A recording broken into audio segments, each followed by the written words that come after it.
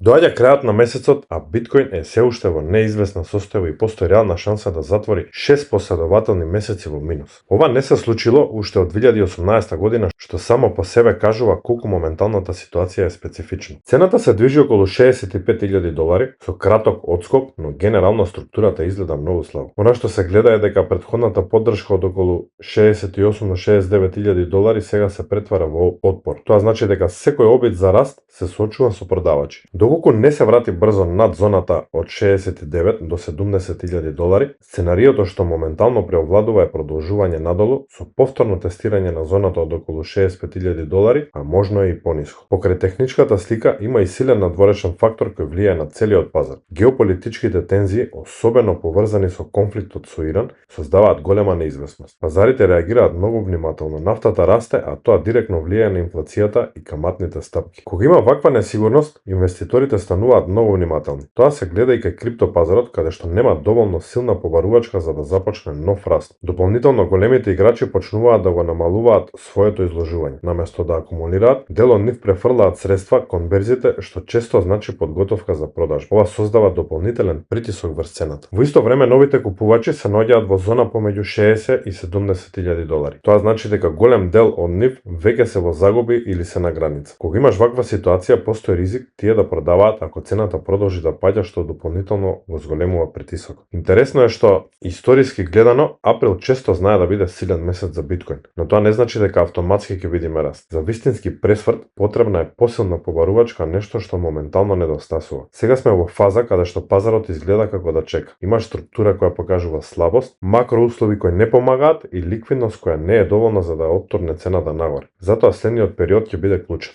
Дали ќе се одржи оваа зона и ќе видиме реакција нагоре или ќе продолжи притисокот и ќе се отвори простор за подлабок пат. Во секој случај, ова е период каде што трпението и дисциплината играат најголема улога.